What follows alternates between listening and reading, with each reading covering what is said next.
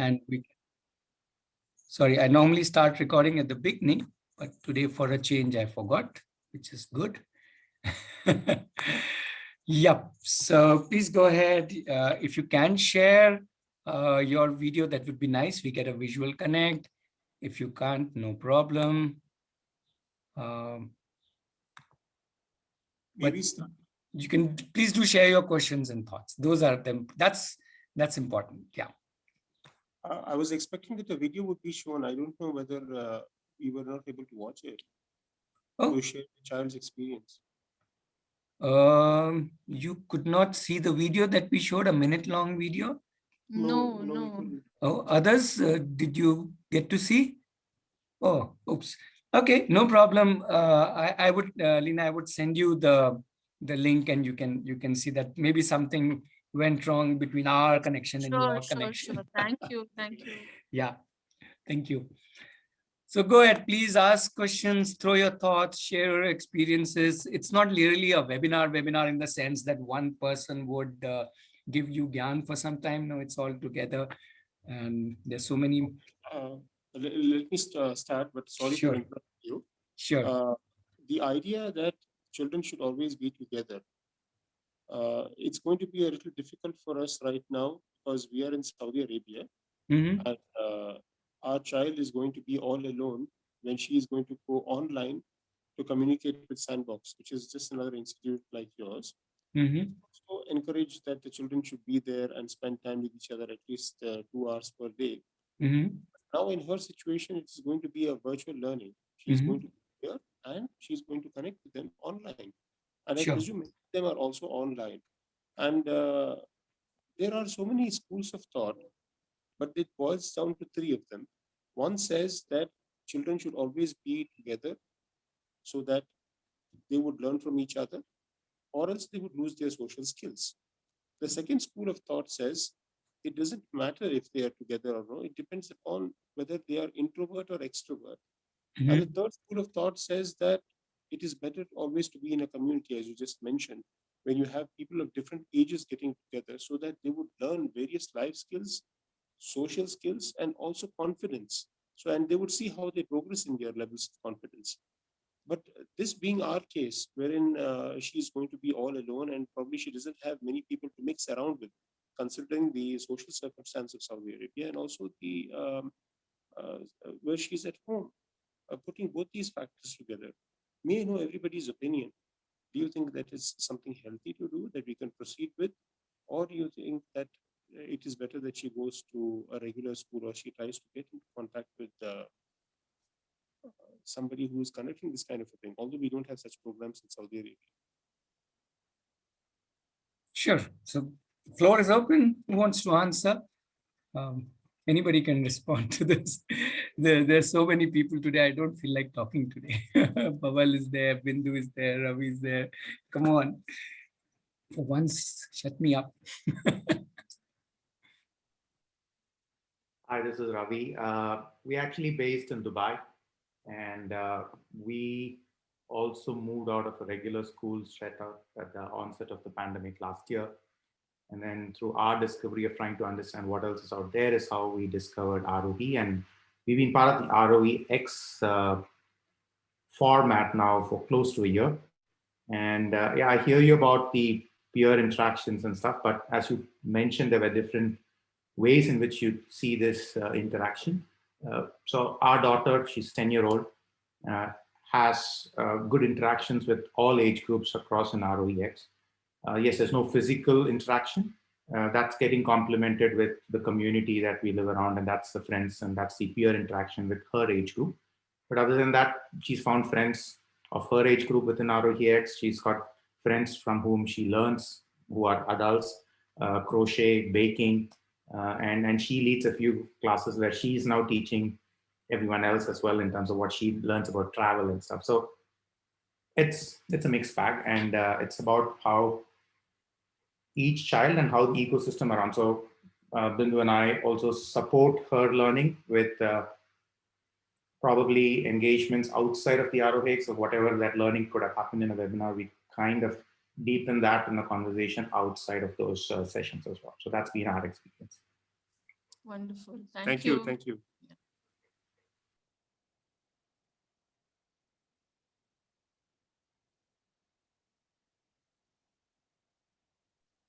Sorry, anybody else would like to answer that or add to that? Yeah.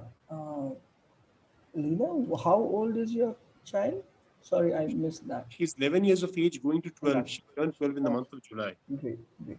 Yeah. So, I mean, see, the reality is that we can't be in the same place, right? So, I also see that as an opportunity because the way we have adapted to this technology of using internet and sessions like Zoom and other tools, it's also allowed us to interact with people from very different backgrounds and with very different lived histories, so which would not be possible if we were just thinking of an on-campus setup. So while it is a challenge as to how we go forward, it's also an opportunity in bringing in a lot of elements which we wouldn't have had a choice of if it was not for the pandemic. So one can look at this as an opportunity as well, I feel. Regarding how, I mean, from my own experience, we have had a very difficult time uh, during this pandemic because of various things that are happening in and around us, in us as a family. So, and Ibani has not been very directly connected with Arohi X like a lot of the other families would know, but is only peripherally looking at things. And that's why I said fiercely independent when I was introducing.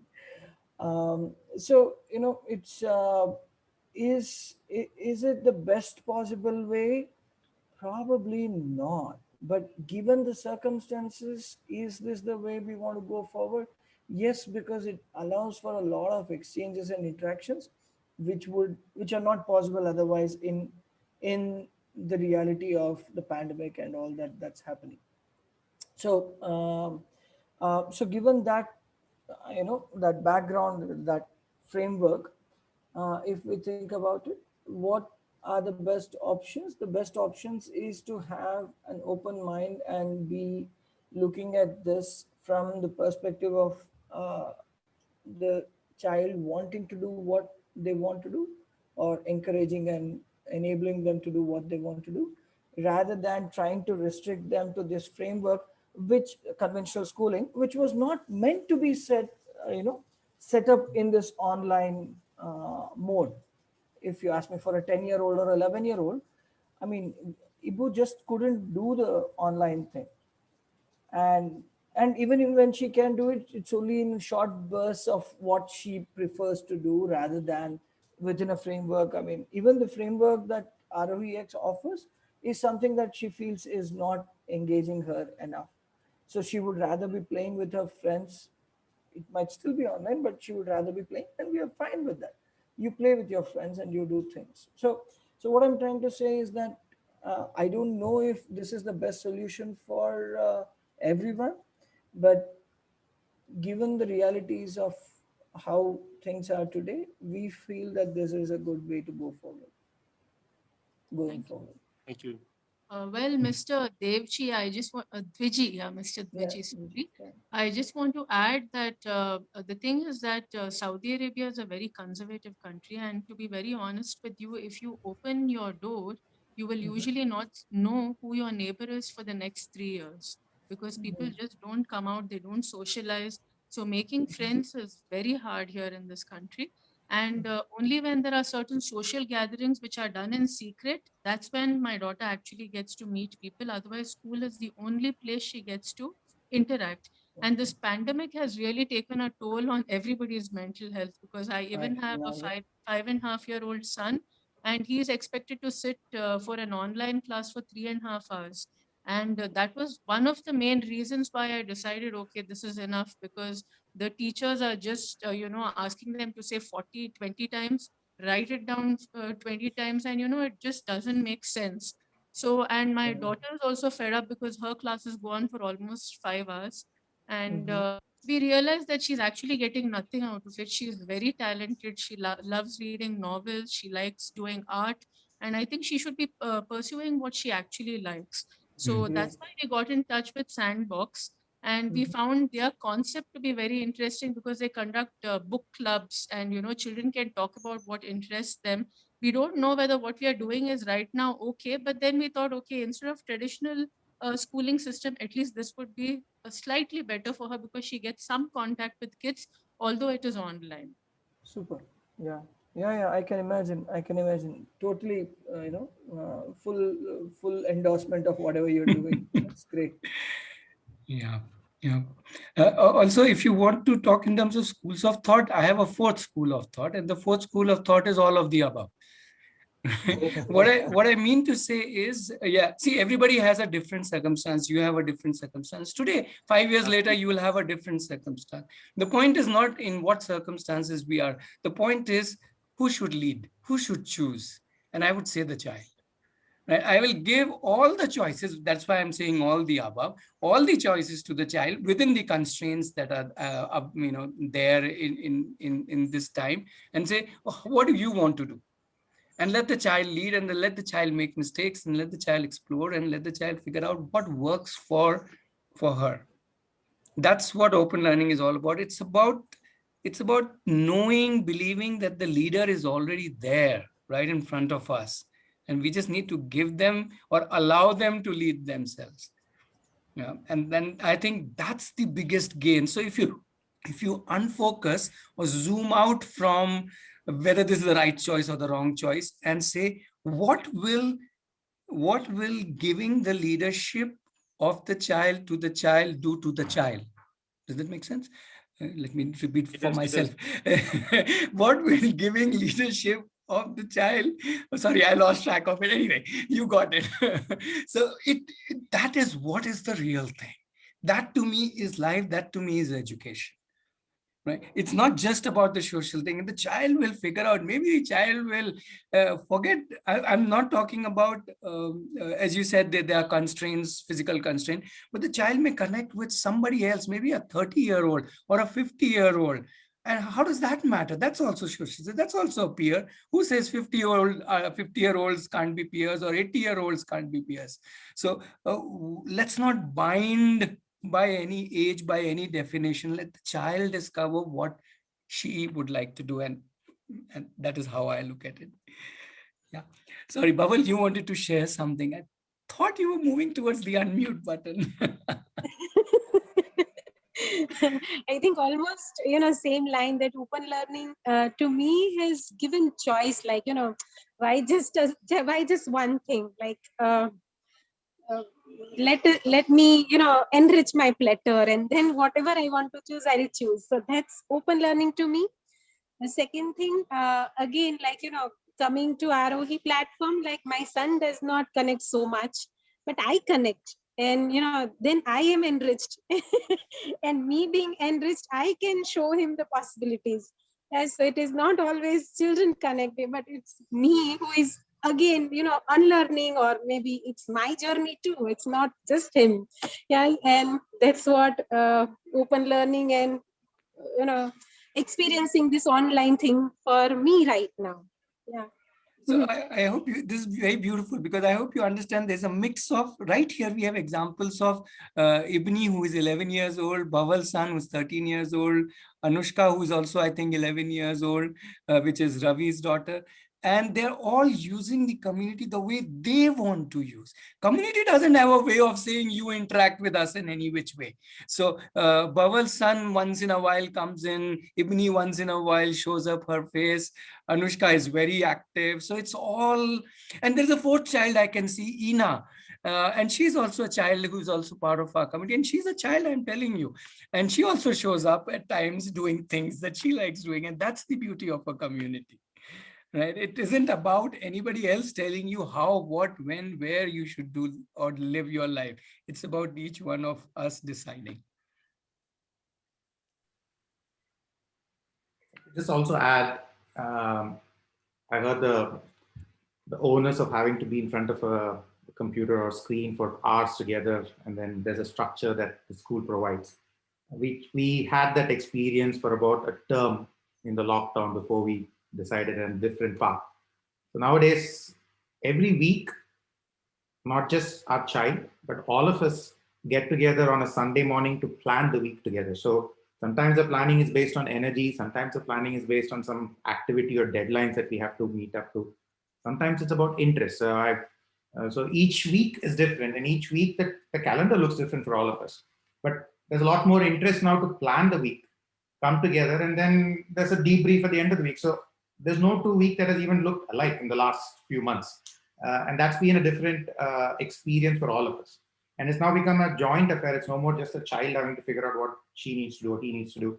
It's about, okay, what do I bring to the week for the planning? What do we do together? What are we going to do alone? So that's also been an enriching experience where you have the choice of how you want each and every week to be designed.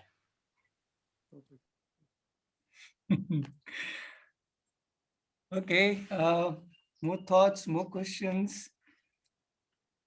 From what I'm understanding, there is nothing like right or wrong. Everybody is on the journey and everybody is learning in the process. That's amazing.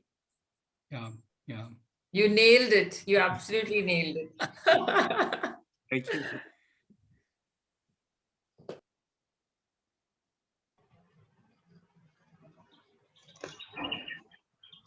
Hi, Rajneesh. One thought I have. I mean, one thing one fear we have, which has been holding us from starting this. I mean, from switching from conventional school to this open learning, is that it sounds too cool to us. I mean, we both have been very good academically. I mean, throughout till 12th and till college as well. So it is very difficult for us to let go of, I mean, all that seriousness and that structured approach towards learning. We know that it's very good and it will be very useful for our kid, but we still are unable to map how it will look after, I mean, 12 or 13 years or maybe 20 years when our child grows to an adult. I mean, it is the main fear we have.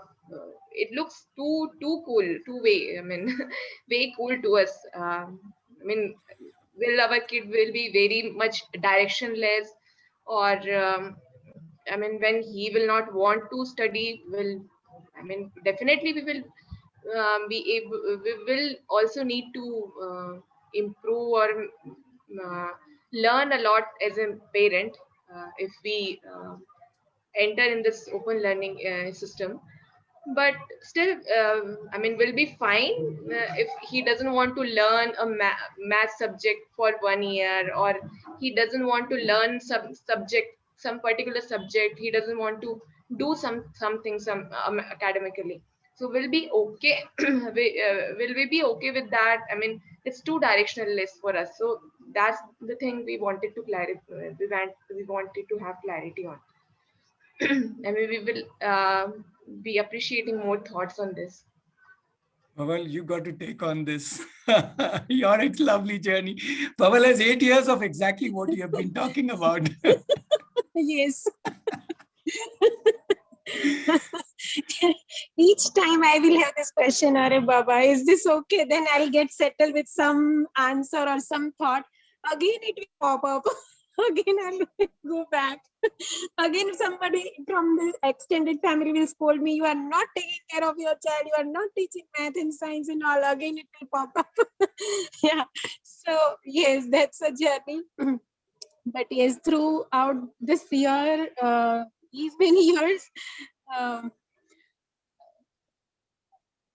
you know, learning and unlearning and falling and dusting and getting up and walking. One thing where I have landed up right now is like he has taken up, after all 8 years, he has taken up things in his hand. I have left, and that's what, when you were telling the directionless and all, I had the same fear, like, you know, how he will take up and all.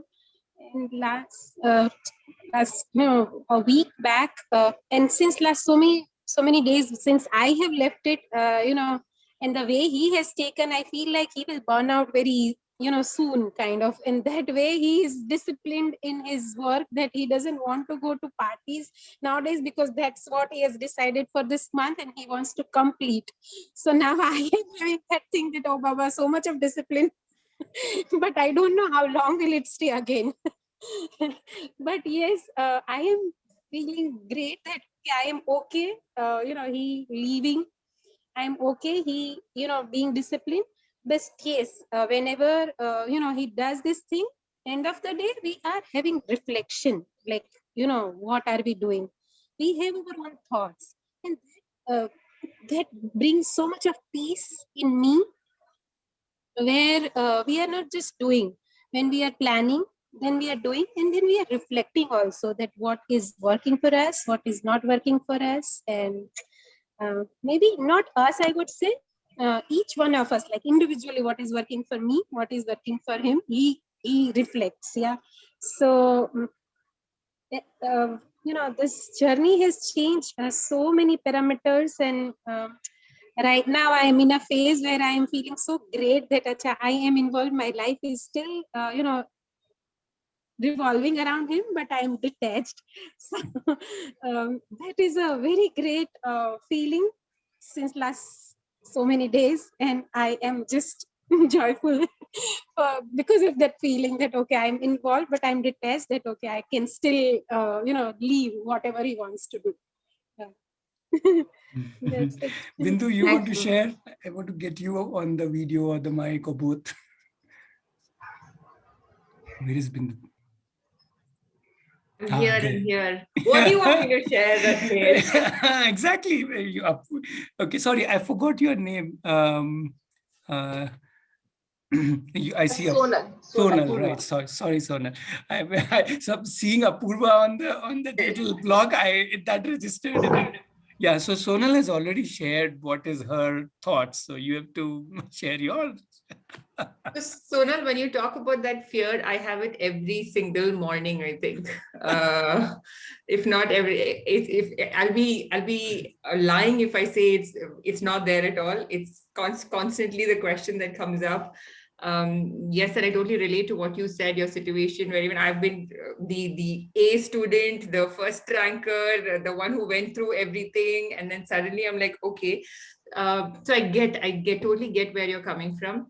And to add to what Bhaval said, I think it's a journey of us as human beings, more than parents, unlearning a lot of conditioning that we've come up with.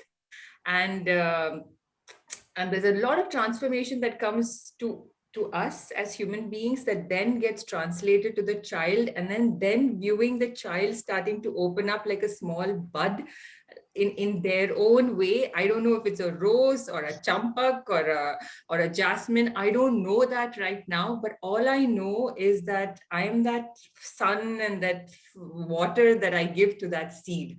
So that's how now I treat. I'm not fearing. I keep telling, this is something I'm talking to myself. I keep telling myself that no, I don't need this seed to become a banyan tree or a neem tree, or, I don't need that. I'm not keeping that vision saying that it has to grow this tall, it has to have this many leaves, and it has to look a certain way. I'm providing that, that safety net, and that's my growth. And then I'll visualize that seed growing. I mean, that's what I keep that metaphor in my head every time the fear comes up.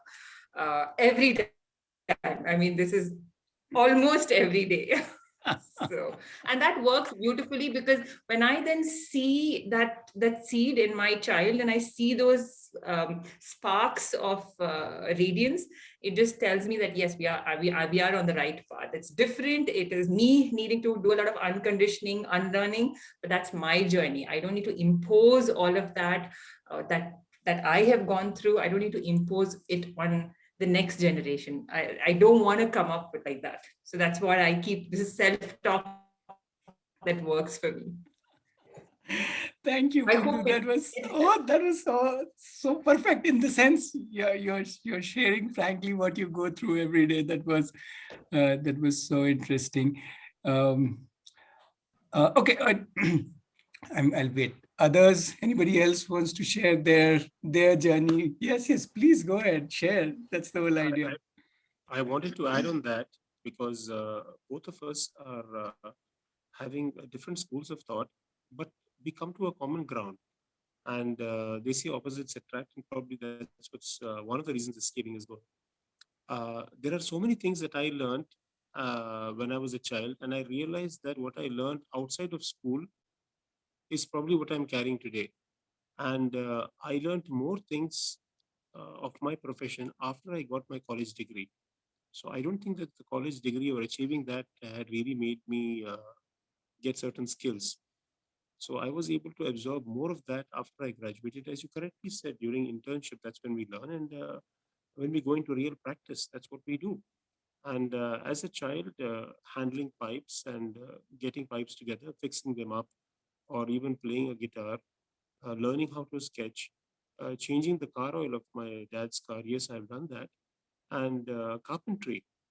All those skills I've taken and put into my practice. So when I'm a surgeon, by the way, and when you apply those life skills to your patients and you realize, okay, this is why this negative pressure is being applied, and this is how I can do it in this case, in that case, and blah, blah. That's when you realize all those life skills actually make me who I am. And many of my classmates, and even I felt when we finished our MBBS that we were disorganized. We are only a confused mass of protoplasm. We are directionless. So imagine what I felt like when I passed my MBBS, when somebody came and asked me, Doctor, do you know how to administer an injection? And there I was staring at him with a blank face saying, yeah, I do know, but how exactly do you give this injection? It's a challenge because there's a certain technique to give an injection depending upon the drug. So I see myself after my MBBS not knowing anything, but internship taught me so much. And further to what she asked, that's it's named as Apurva, but it's something else. So this is what I would like to share. That my wife had some fears, saying that would it really be a good idea to go in for it? And then I said yes. What about the social interactions? I said let's forget about it at this point of time. But now we came to a common ground, and that was our fear initially. Will our daughter or even will our son go in no direction? Will it be a confused mass of protoplasm? What was I when I was 56? I was a confused mass of protoplasm in spite of all the training. So I think the fear is always valid, but we'll have to overcome that. Yeah, I would like to second that. Sorry, I didn't get your name. What's your name, please? Jovial and Lena. Jovial. So Jovial, you shared one very important thing, which I think Bindu also touched upon. We don't know what's coming tomorrow, not just in our child's life, but in our own lives. So, in some sense, open learning allows us to grapple with that, us as learners, not just us as parents, but us as learners, and also kind of allows the child to reflect on the fact, to equip themselves to the fact that things are not all that concrete, and that is the main thing that is different from conventional learning, where you are assured, whether correctly or falsely, like Joel just shared, he had finished his MBBS, and yet he could, reflecting back now, he uses the word a collection of protoplasm, right? And it's the potential, it's that much more enriched, of course, because of all the experience that he has gone through. But it's not that if he had done something else, he wouldn't be enriched. Like he said, there were a lot of these other things that he had picked up that today, looking back, he says defines him. So in some sense, we, through the whole idea of open learning and self-directed learning, embrace this uncertainty and try to see how we can equip our children to flourish in that soil that Bindu was alluding to. So the soil is not just that which the parents create, and now I'm getting into the whole idea of the Arohi open learning community. The soil is not just what the parents and the immediate family creates, but rather that the entire open learning community offers, that the entire open learning community has come together to to provide, to exchange, to feed off each other. So, going back to the idea of fear, or not the idea, but the point about the fear, there are people who recognize that there is, I'm reminded of Donald Rumsfeld. I don't know if you are keyed into the whole the known unknowns and the unknown unknowns and the unknown knowns, etc., etc. But that's actually a very good point.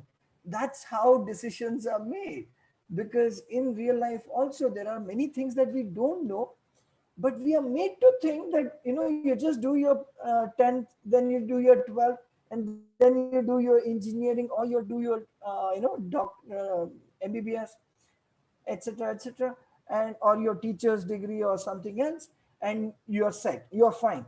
But then as we step out, we realize we got something, we were able to get into this place where we can earn our livelihood, but what really am I doing, right? What do I do with my time? I mean, I know a lot of people in my cohort who absolutely have nothing beyond their work. They define themselves by just what they work for. Yes. Precisely. Is that the smartest way of living? Especially in the time of the pandemic, we are all locked up, where work has invariably come to mean staring at a screen for many people, but not all. So we are recognizing that our own health, both physical and mental, is so precariously balancing on this thing called work. And so in open learning, what we are trying to do, in the way we practice open learning, what we are trying to do is we are trying to embrace this uncertainty at a much younger age, because children have a sense of direction. Direction doesn't necessarily mean the same thing all the time, right? Or persistently for a long period of time. Direction means a sense of purpose. And like Ratnesh was mentioning earlier, when one of our friends was introducing themselves, a 3-month-old is a fierce open learner. They have a sense of purpose, they have a sense of direction. You take a 3-year-old, even a 5-year-old, even a 10-year-old, just left to themselves, they will have a purpose in their mind. It might be that they just want to play, but that play is feeding something, that thirst that they have, that hunger that they have, right? And they are trying to quench that thirst, quench that hunger. Now, how do we, as Bindu was going back to the analogy that Bindu was sharing, how do we provide the sunshine? How do we provide the water? How do we provide the soil where this thirst is not just thirst for a particular thing, but rather extends to other things? How do you broaden the scope? How do you broaden the horizon?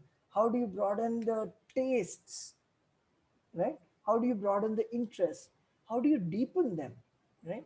So like Bhaval was sharing earlier, what we are trying to do as a community is go beyond our own strengths and tap into the diversity in our network, in our community. So it's not just about that particular thing that I think my son or daughter can do, but rather putting all these, setting out this big buffet and letting them come pick and choose whatever they want, whenever they want. And then so that they figure out what they want to do, how they want to do, and where they want to do. So it's the fear is going to be there. It's a good thing that we have fear in our minds, because fear also is the way wherein we really bring out our talents. And as long as we are not, getting overwhelmed by it. So the community kind of gives that kind of a buffer where, we can balance these aspects. Yes, actually, it makes us think that, I mean, different approaches and different solutions. That is correct, actually. I mean, when we look at our daily life. Yeah. I want to share from the other side, which is this other side, you must be wondering. Well, I see all of you as parents, so I'm speaking from the children's side. right? So I've worked with what, a few thousand, let's say, open learners and many thousands of children in my last 21 years. And when as I observe these children, first of all, I don't see any fear. Okay. The first thing that they do is take this fear out of me and throw it away. Because when I see them, I start thinking, who can stop him, and who can stop her, and who can stop her, and who can stop him?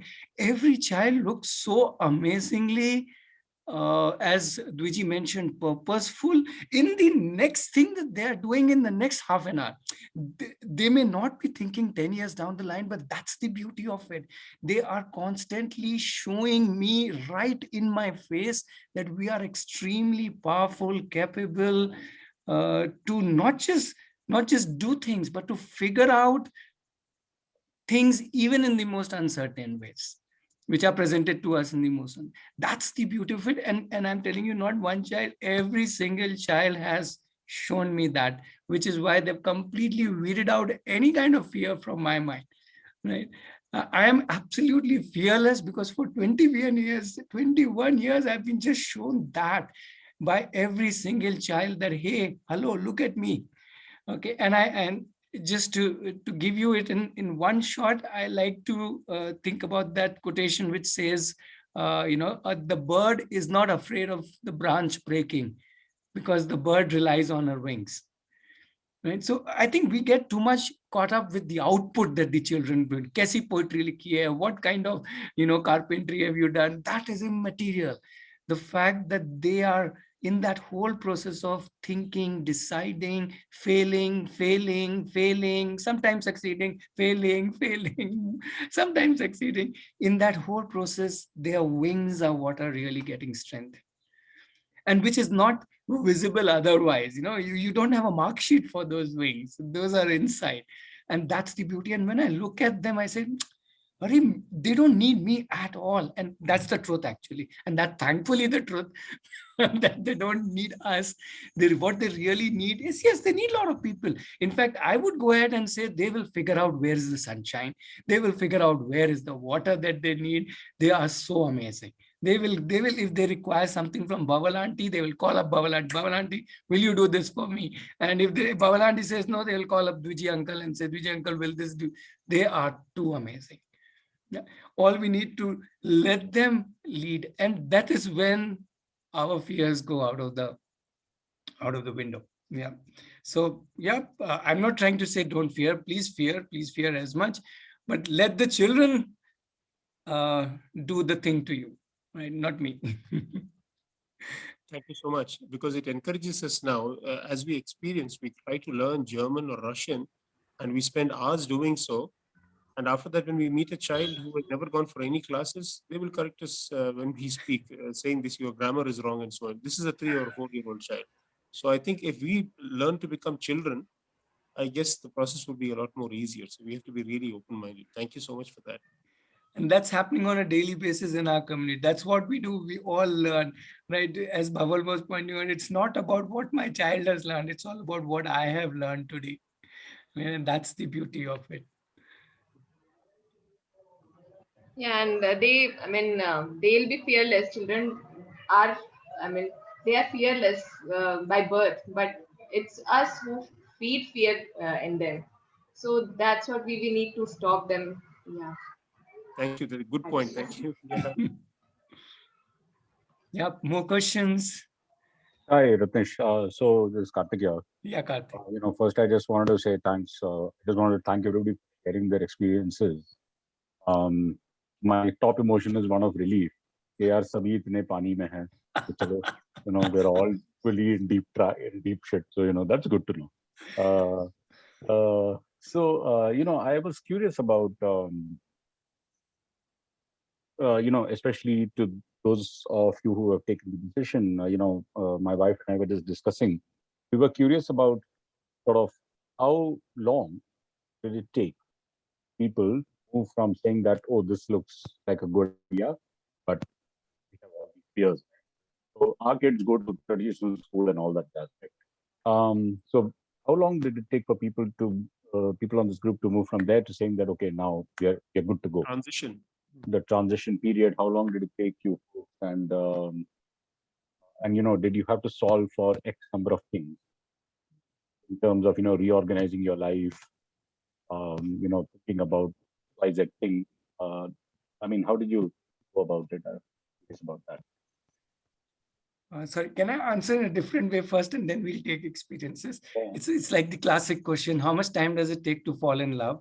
Well, that you can answer yourself. And how long does it take to live that marriage? That is lifetime. Right? So that is my answer to your falling in love happens whenever you are ready. Rest is all marriage, right? It's all hard work. Yeah, that's deep enough, but I don't think I've completely understood that. But I think there's something in yeah. Okay, Thanks. let others share, then if required, I will elaborate. I don't think we Yes, please. Yeah, I'll be curious to know more about it. Thanks. Yeah, so further to what Mr. Karthik said, these were the similar kind of fears that we also had and still have. I believe that I have the fears and it's so difficult to get out of it. The thing is that now suppose I just decide, okay, my daughter now has decided to just plan on doing art the whole time, and she continues to do art maybe for the next 3 years or 4 years, even when she's turning 15, and we have the anxiety that, oh, she's turning 15 and she needs to do her 10th, her boards and everything. How do we accept that fact that she's only doing art the whole time, or she's changing into so many other things, and say, okay, I'm not going to force you to do math or science or anything, because I'm just letting you be, because this is what is open learning from what I can gather. Just let the child be and accept what it's doing. So how do we as parents accept this transition, and how do we accept this whole process, because it's going to be so hard. I'm sure we are going to be arguing, discussing, and then telling her, learn a little bit of fractions and decimals and things like that, so if you can just tell us and give us an insight about what we can do, it would be great. Yeah, Karthik raised a valid point, and Yeah. I believe we had that too. Yeah. When we would make the transition, complete and absolute transition. Yeah. That's, I guess, like So- falling in love. I'll take an analogy, not the one that Ratnesh took, but a different one. If my daughter has a way of assessing hunger, right? How hungry she is. So first thing she will ask is, what have you made? And then she will ask, who made it? And then she will ask when it was made. And then sometimes she will even ask, how was it made? Was it made at home or outside or this or that? So when is she full? So if I have made something and my mother has sent something and she discovers that after she has had a full, she will say, no, I can still eat that because Ajji has sent that. Right?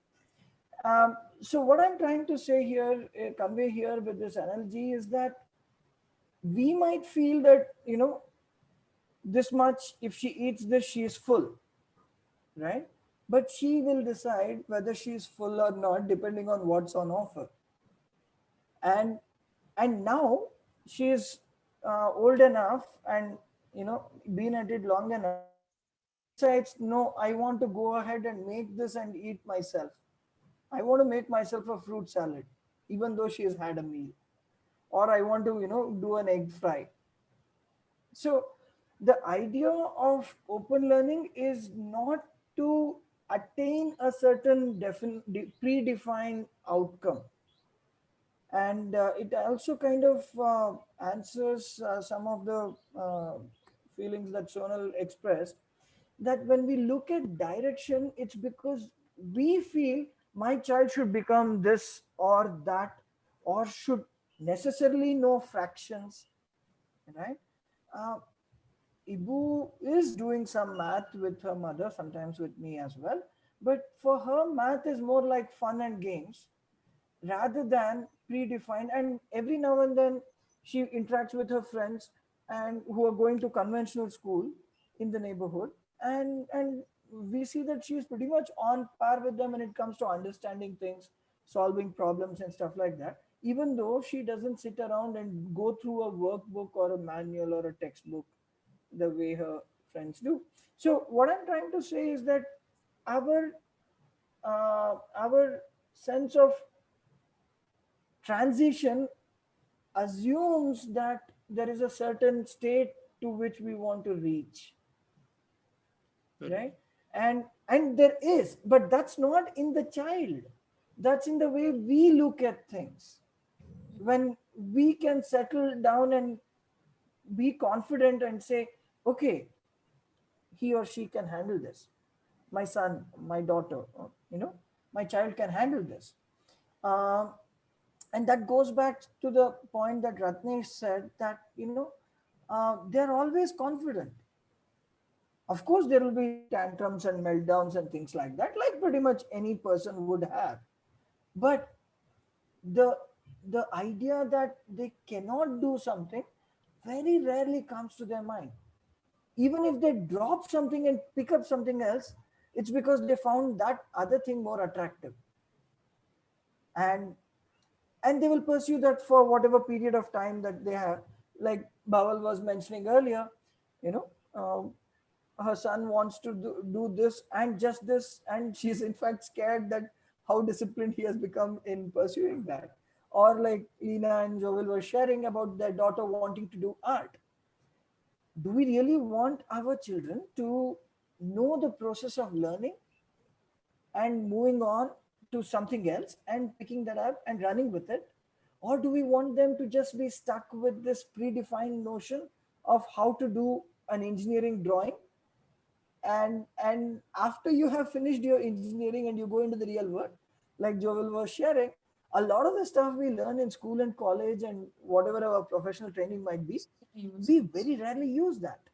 Yes. So in that sense, what we are trying to do with open learning is, one, build on the confidence that the child knows how to handle themselves, how to live their life, and two, make sure that we are supporting them with whatever tools that they seek rather than that we want them to use.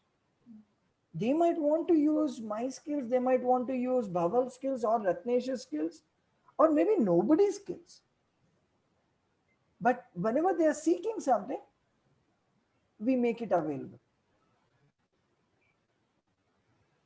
That's And all. yeah, Mr. Dwiji, thank you so much for your feedback. Just wanted to ask you, what did you experience when you gave all the freedom to your child? You trusted the whole process, and the child knew that, okay, I have found my best friends and my parents. What did you notice in your child? Did you notice that now it was able to do whatever it wanted to do, or was it that, in order to make my papa happy, I'll do a few math sums, or to make my mama happy, I go to the kitchen? Was it like that? Or was it that, the child felt so secure under your guidance? So, couple of things, just a little bit of background. Ibu went to a conventional school for a very short duration, about 3 years. She's 11 now. She went for about 3 years, play home, and then KG, and pretty much into the first standard, it fell apart, and we pulled her out. Like Mikey, Pardon? like my son Michael, we are planning the same Yeah. pathway. Yeah. And both my wife Sudha and I are very independent minded, and we trained in something, we work on something totally different from what we trained in, and we are pursuing our own interests, and we were very clear that there are certain things that we would like our child to do. So I wouldn't take my experience as reflective of everyone in the community. And like I already mentioned in my own introduction, I am a self-directed learner from God knows when, because my parents even today keep lamenting, praising, depending on how they are feeling that day, about what I do, and how I changed over, or how I have been doing things over the last 30-40 years that I've been around. So please don't take this as a reflective of everyone in the community. So I feel that uh, this is not a one-time situation, a one-time decision, right? Trust is not something that is once earned and it stays the same throughout life, or even throughout the year, or even throughout the month, or throughout the day, right? with every process, it's a matter of confidence, and it's a matter of it's a matter of what I'm exposed to, what I'm doing. So I do not take anything for granted personally, nor does my child take anything for granted. Okay. It's we have been trying to get her to negotiate life, and she negotiates with us too, right? I mean, it's not just negotiating with the world, but she negotiates with us too, because we negotiate with her as well, right? So there are times when she wants to do something, but knows that she's expected to do something. And sometimes she will oblige, sometimes she will not oblige, right? Sometimes she will say, no, I want to do this, I'll do this, you do whatever you want. So how does it look today? I would say today has been a very peaceful day. We've had only 1 or 2 tantrums and no meltdowns. And either side, I mean, I'm not just talking about Ibu, but on the parental side as well. And we have had a lot of discussions. We have had many decisions that were made. We have had many negotiations. So for me, today has been a great day, right?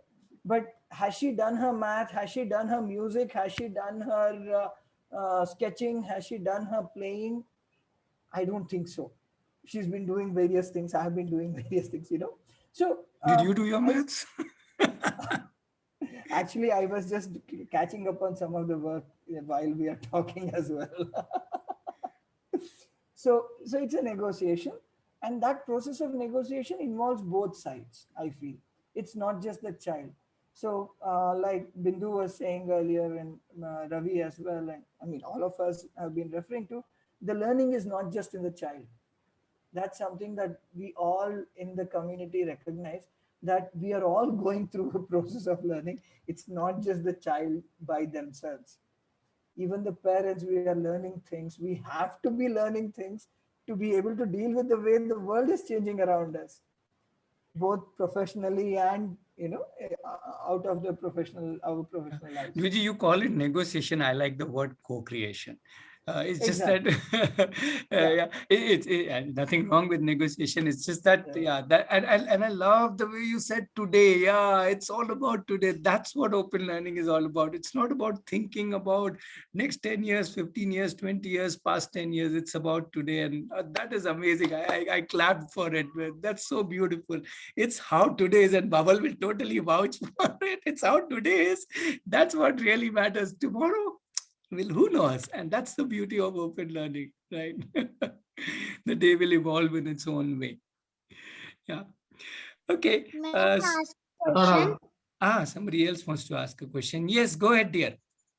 My name is Anagha. Yes, Anaga. Would you like to switch on your video also so that we can see you? And I hope you can see us. If you are okay with it.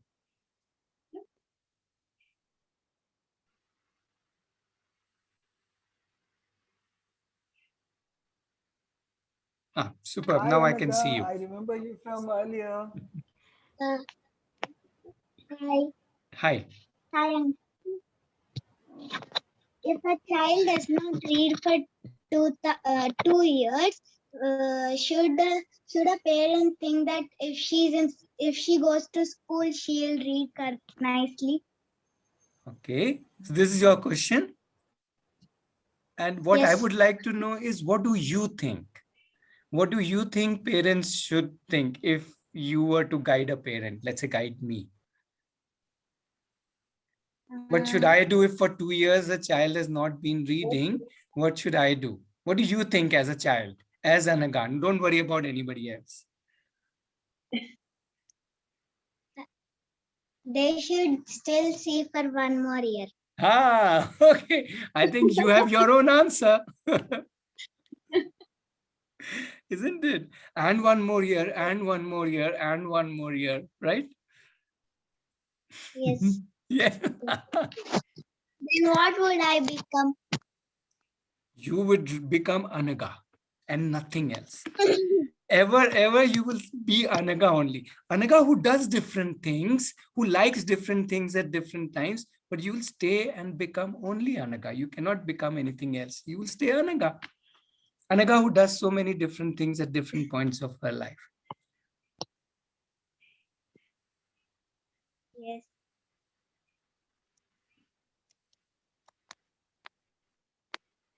Okay. I don't know if I Thank you. answered your question or not. Yeah, you have more questions? No. Can I ask you one question? What do you like doing? That's my question.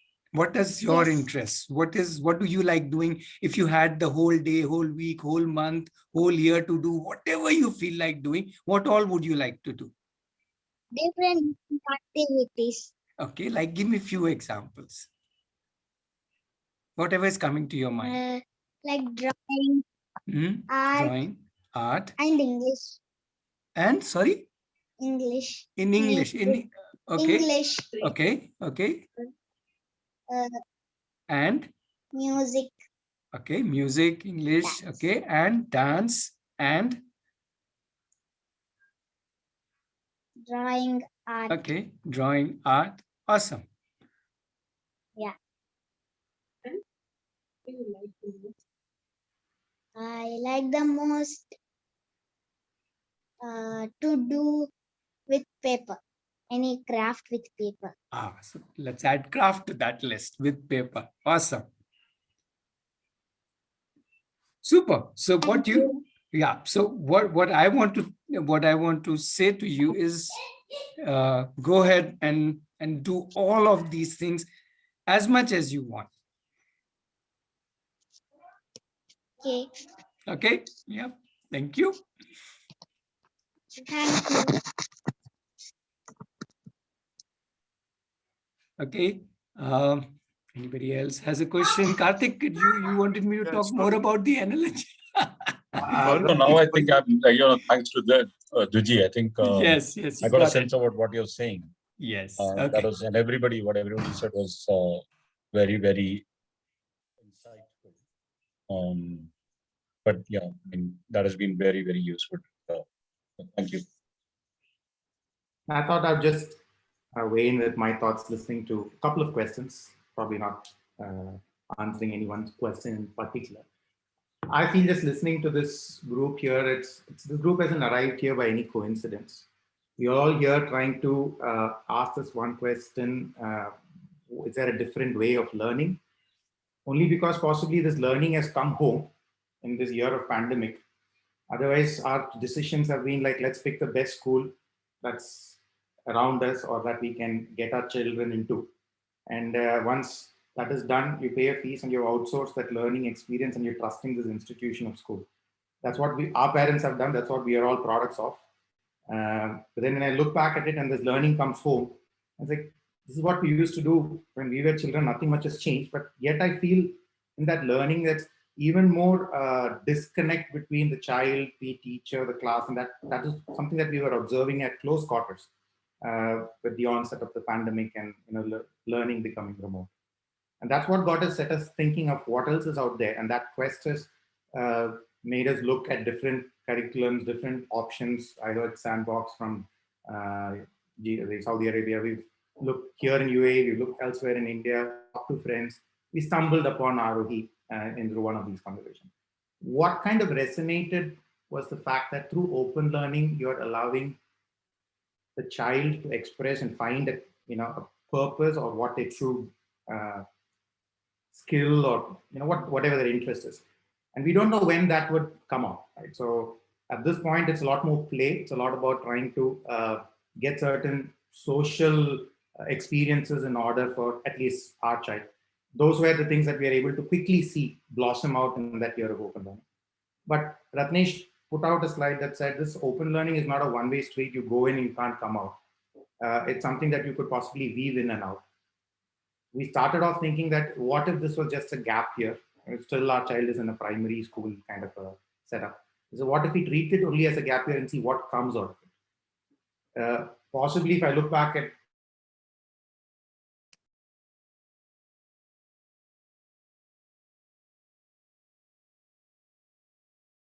I think I lost Ravi's voice. Others able to hear him? No, I think it's frozen as well. So, yeah. Okay, so Bindu has walked over to help us out. Yeah.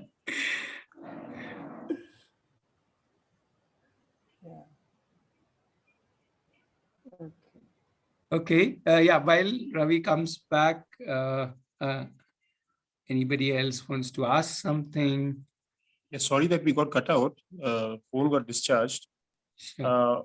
What I understood was that open learning is not about hunger and feeding somebody at an appropriate time, saying let's go by the clock. It's more like getting somebody to have a good appetite so that they learn all the time. And regarding the transition, which Karthik started off, I believe that's a very valid point. And what I feel regarding the transition is that it keeps reverberating between supreme confidence, absolute confidence, and again it gets shaky. So I think people would get in and out of that phase. So I think the transition is always there.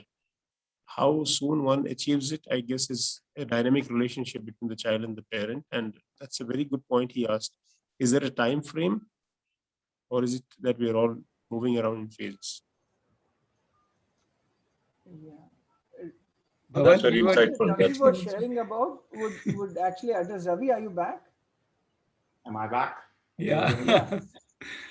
Yeah. It was a very profound point the internet could not take on. Yeah, Too heavy. I just wanted to weigh in with that process of time and how that adjustment has happened. I think we started off, I don't know when I got locked out, but we started off thinking at worst, the whole thing could have been considered as a gap year. Our child is still in a primary kind of a setup. So we said we can consider it as that kind of a write-off if it so happens. On the other hand, if something positive comes out of it, and we can continue, keep going. And then as Ratnesh put out in that opening slide, it's not a one-way street where you go in and you can't come out of this open learning structure. Yes, it is looking so cool, this whole learning process, and that's not what we are used to. That's not what we were put through in our childhood. But there's no reason why that can't continue. So we started off with that attitude, not necessarily putting a time frame as to when this experiment needs to pay off for it to continue, and then or we course correct or anything.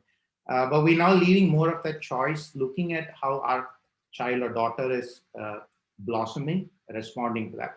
And what has also changed is we are more receptive.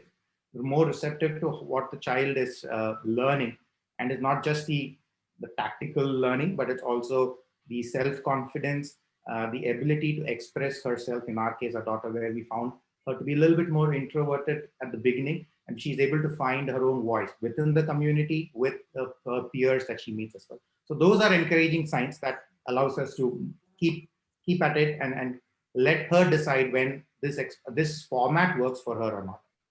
And the adjustments that we've had to make, yes, at the beginning we were all in 3 rooms and 3 different agendas for the day, but now it's about, as I said, we're trying to do that Sunday morning. Said, no, I need to move my meetings or block my time when I'm still working remotely to be able to go and attend a class or sometimes facilitate one, right? So it's been a very different experience through this 1 year where we're all now part of the community, not just a child joined that online platform called ROEX, and then we still live our independent life. So that's been our journey. We haven't set aside a time that says, is this working or not? We're a lot more conversing with one another about what works. There are weeks where everything is great.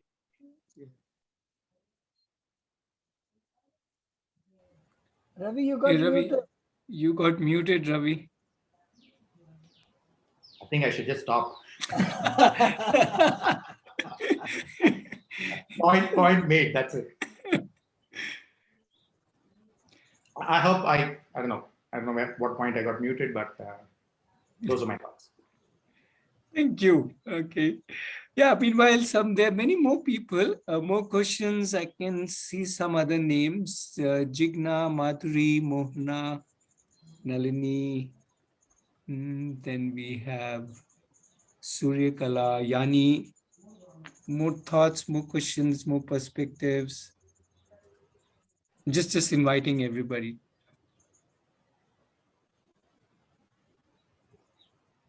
That doesn't mean that others can't ask. I'm just inviting everybody.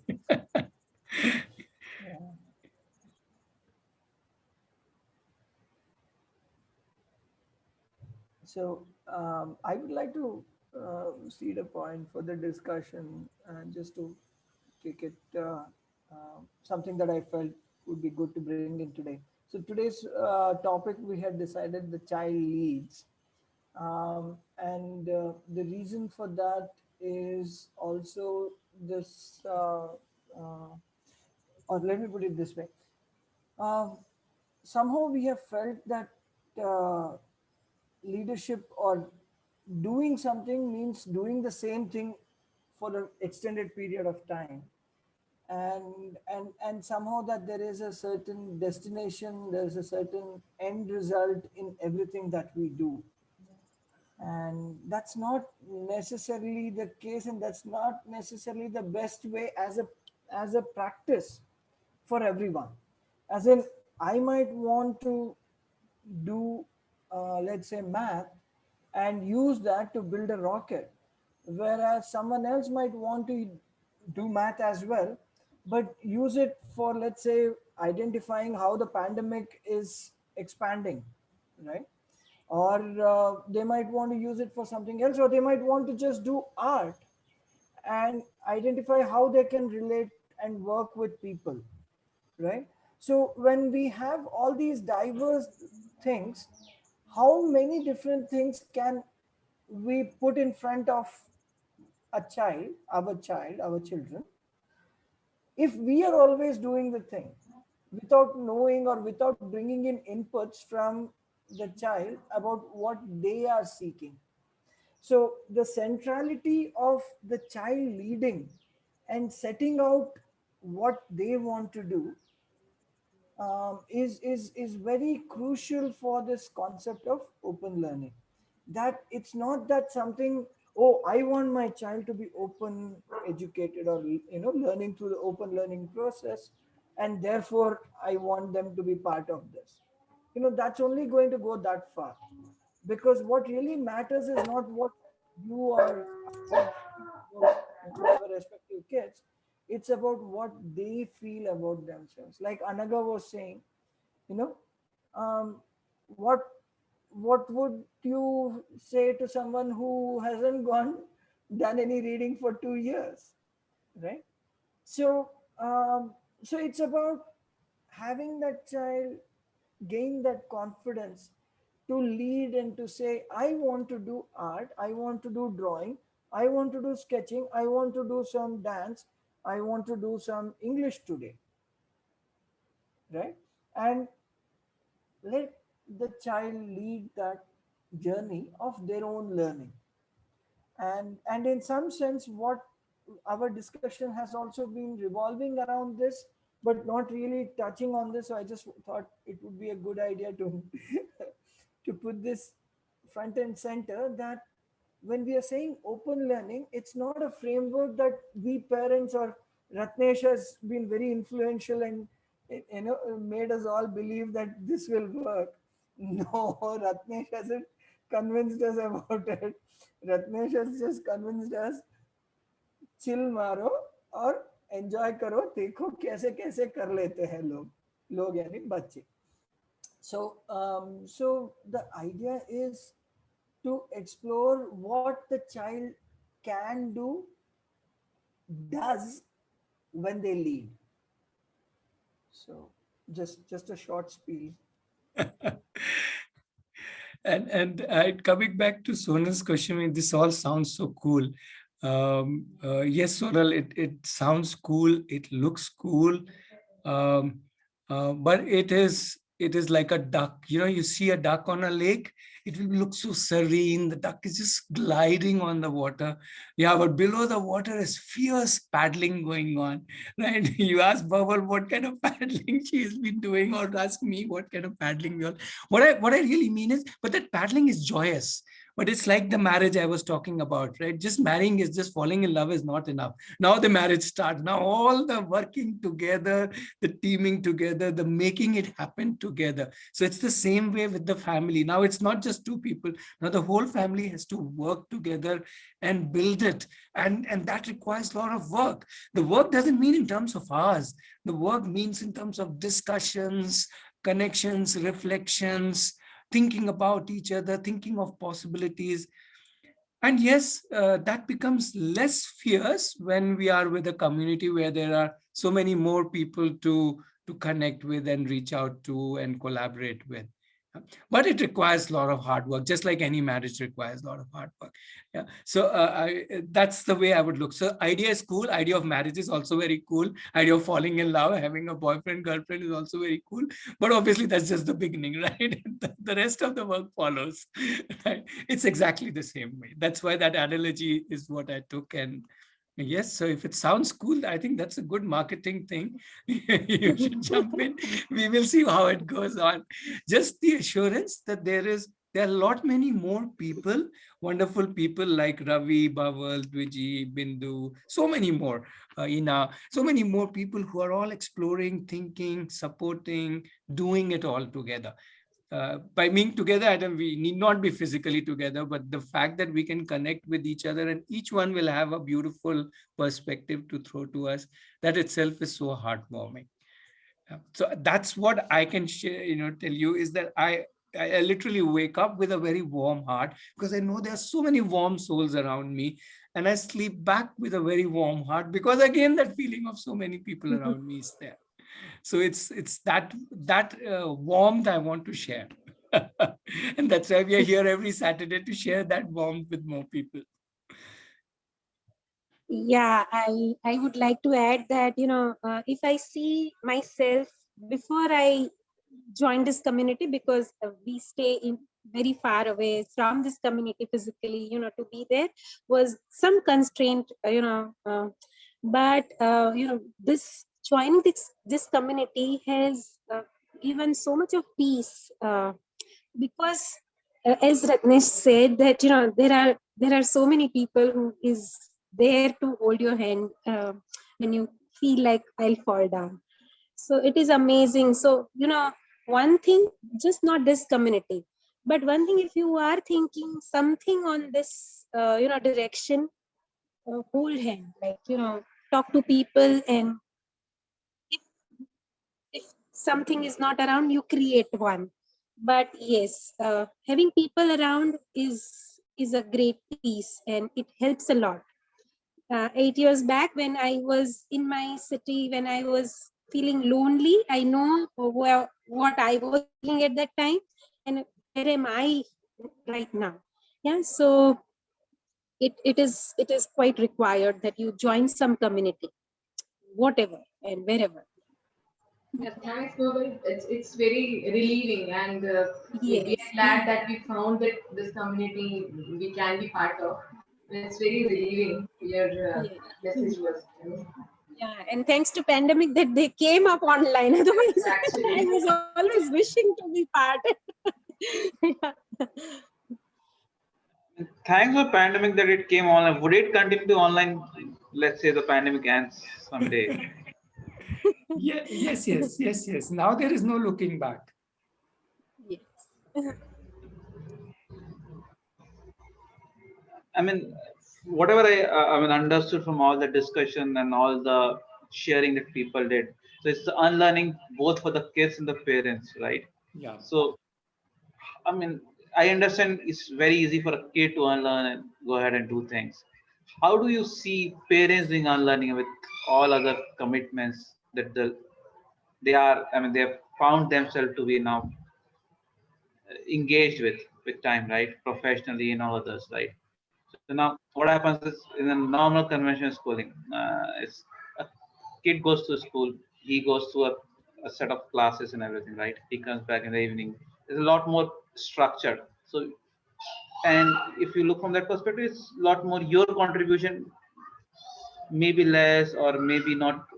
I mean, or and here we have to every day unlearn, find a ways out, right? I mean, which looks good and understanding, but I want to understand how does people cope and what kind of struggle it goes through. Especially with parents. With parents, I mean, Yeah. kids, I'm less right with hearing all of whatever everybody said. It looks like kids would eventually find their way out. What about the parents? How do they cope with this?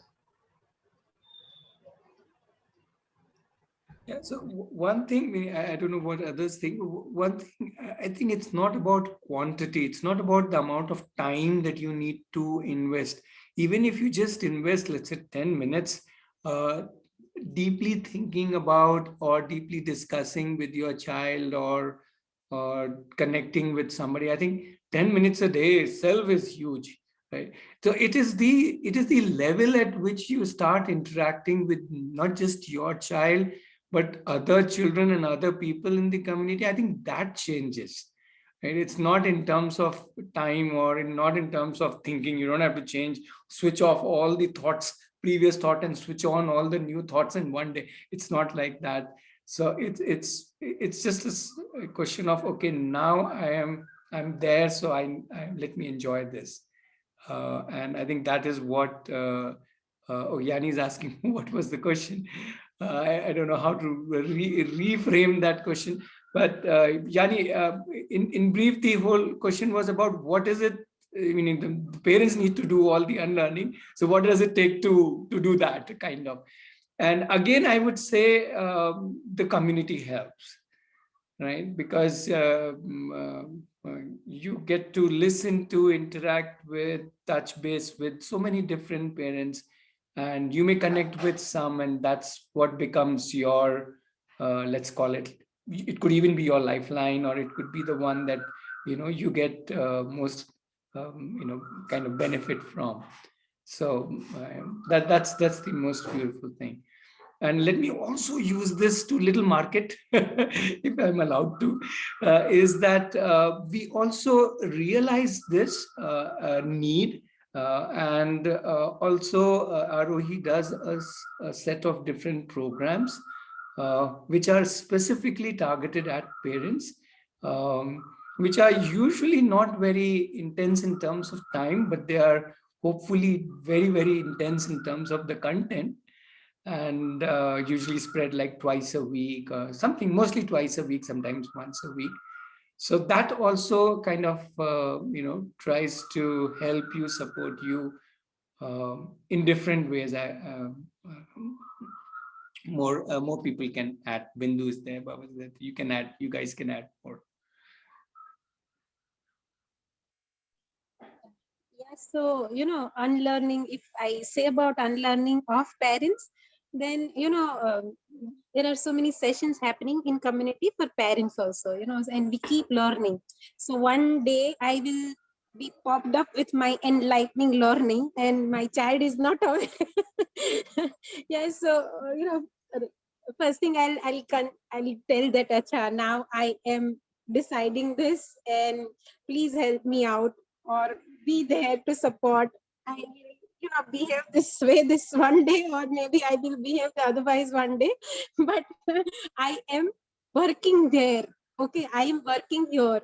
So I just inform the child, and child becomes my consultant in that case. Yeah, so that's what unlearning. That's what my thought on unlearning. That, yeah. Can I add? This is Yanni. Please. Yeah. So I have also a daughter. She's just turned 9, and I have been almost implementing those things.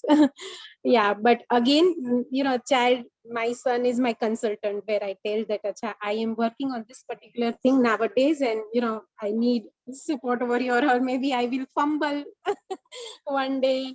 Yeah, so he's informed. Yeah, so that's how unlearning happens for me.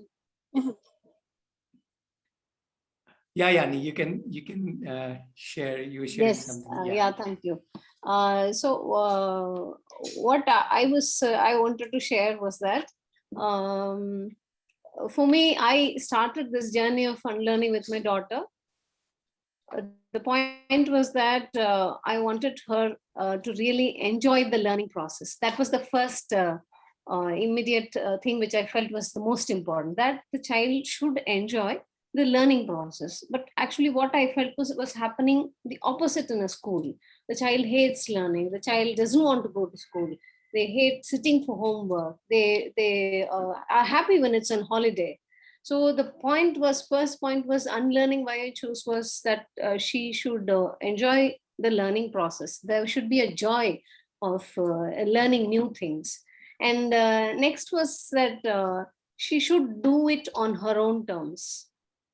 She should decide how she wants to do, when she wants to do, and what she wants to learn about. So the first thing she learned about was the hot air balloon, which was really new for me. She decided to go with science first, and she didn't stay on that, but it was okay. Then it was different things at different times of her journey. So she was like into art so much, and earlier it was abstract art. Now it is fine art, like she's doing figures and all that.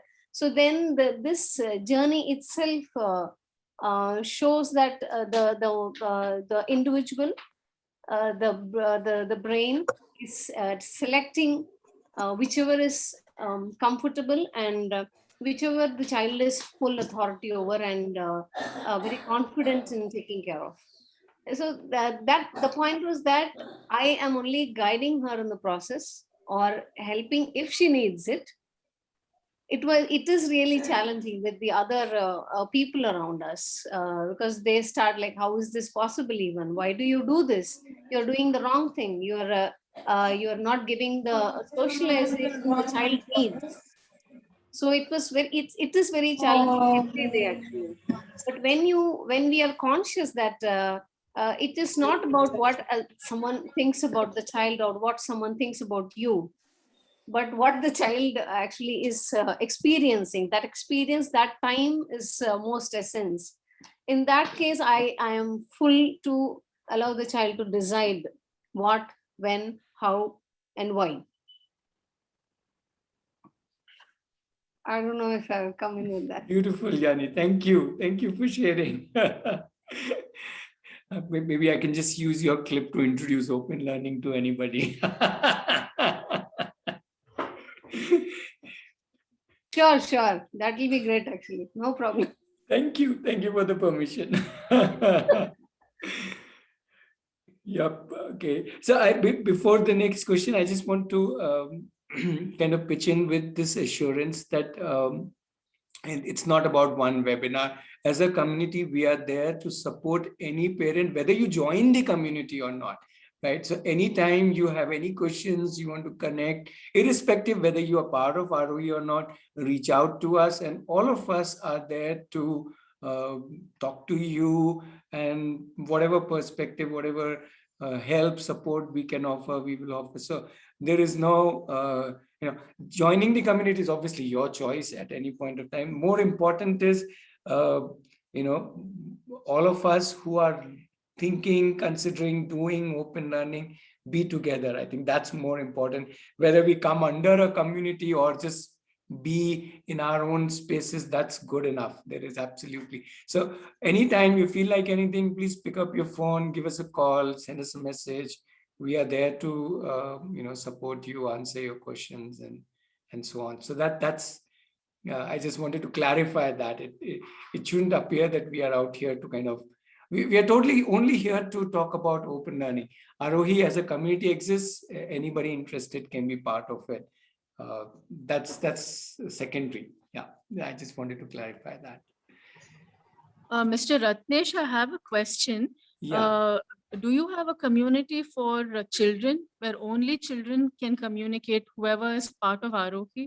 Yeah, only thing is that you have to include this 53-year-old child sitting in front of you, and No this problem. whatever age Bhaval, and whatever age Ravi, and whatever age Ina, and whatever age. So if you're okay with these cute children in front of you, yes, then it's all children. Oh, so you mean to say it's for the whole community, the parents, children, everybody gets together? We are all children. Oh, absolutely. Don't we look very cute and nice learners? Definitely, you do. You do. We can't let only children have so much fun. Yes, absolutely. Ravi, you nailed it. Yes, we can't let children have fun. We got to have fun all the time. So it's not about age. We are all young at heart. Yes, absolutely. Okay. Say hi to them. Say Hi. Mikey, do you like going to school? Yes. Actually, no. Actually, no.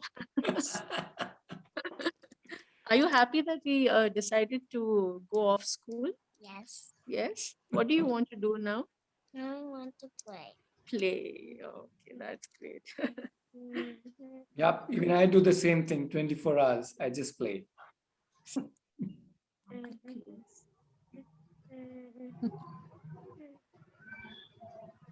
I can also share something like I have invited some kids nearby.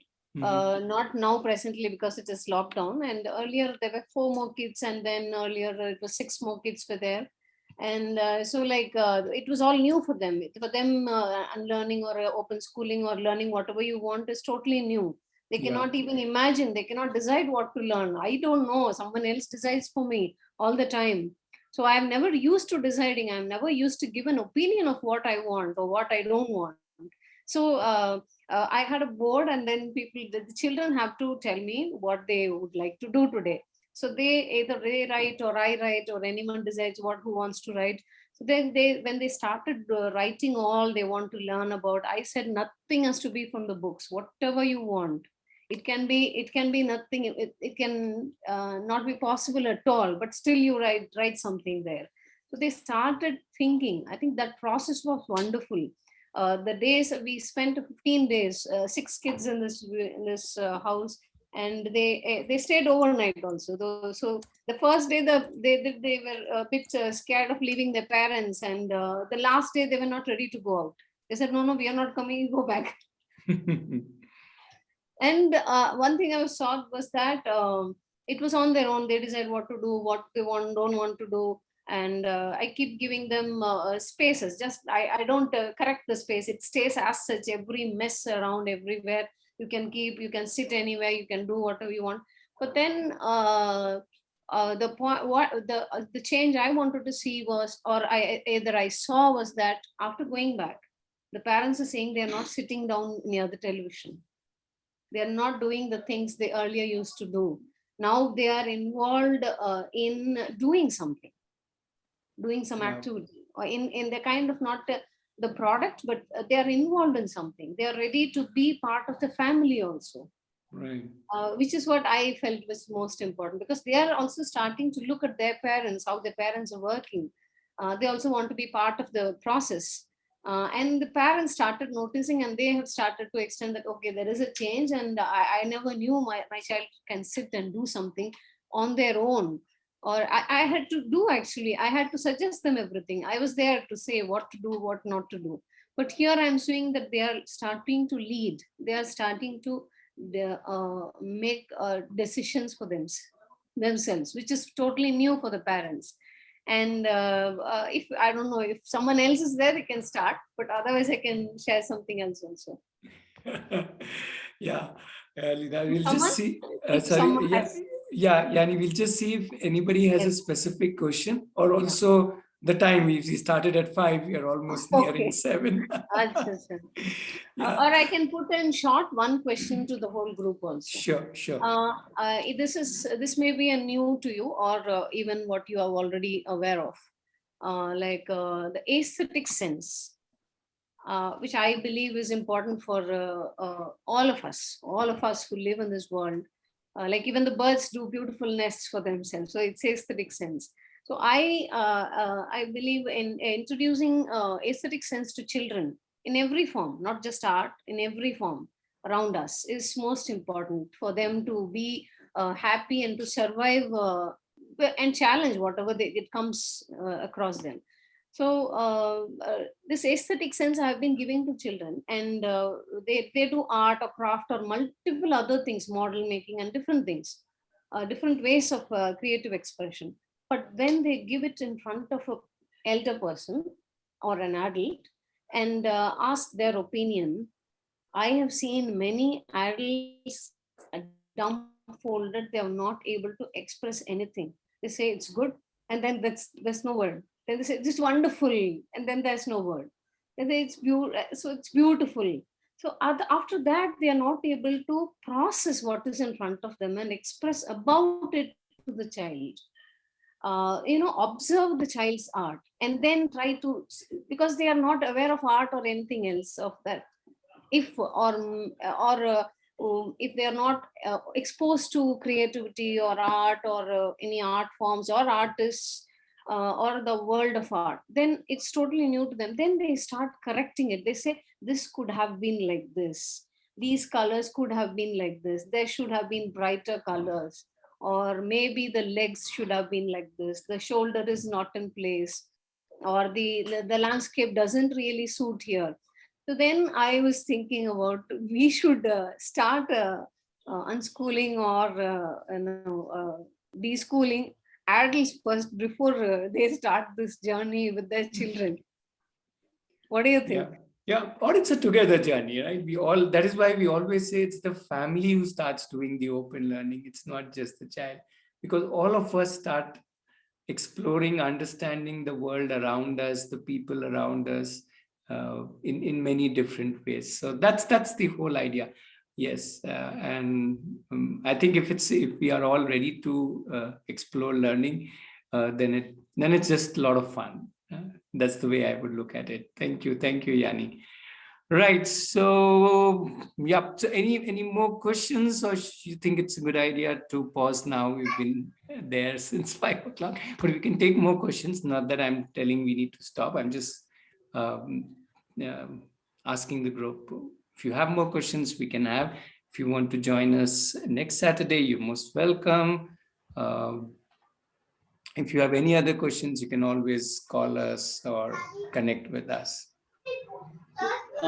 Is there any group that we can join? I mean, any kind of where we can, connect with all of you and be in touch and to ask our questions or yeah, see, we obviously have our own, the Arohi community is there. So if you want to be part of the community, then automatically you are part of all the families who are part of the community, right? So that's if you're wanting in terms of a group, that's the group that we have.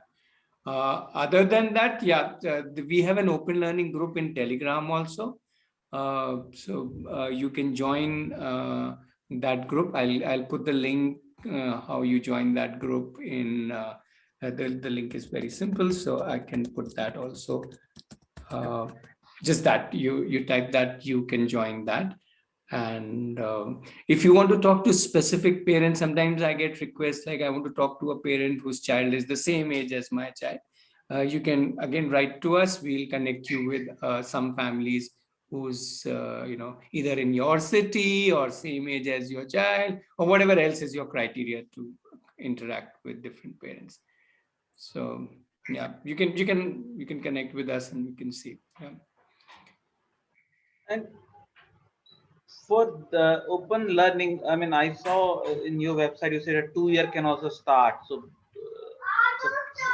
I just wanted to understand. So it goes. So from which age do you think this should? We were in the beginning mentioning 3 months is 3 months. Okay. No, 3 months is not the starting age. 3 months are already open learner. At 3 years or 2 years, if you put a 2-year child in front of me, I'll say I will learn open learning from him or her. It's the other way around. At 2 years, they teach us what is open learning, what is living, what is learning. They are so amazing. They can learn so much. They can live so much in a day. And yeah. So yes, any age, absolutely. We in our website we write 0 to 99. Obviously, that doesn't exclude 100-year-olds. Yeah. Hi. See, there you go. I have an open learner now in front of me, meaning others are also open learner, but a new open learner. Yes, and one more. Oh wow, we have a whole group now. And soon they will take over, I guess. Okay. Yes. So Lena and a couple of others are also sharing it's time to log off. I think, yes, it's time to say thank you and bye-bye. And we can pause this here and carry it to next Saturday. Yeah. Thank you. Thank you. Yeah, thank you. So yeah, if you have any questions, connect with us. Yeah. Thank you. Thank you. Thank Yeah, you. bye-bye. Yeah.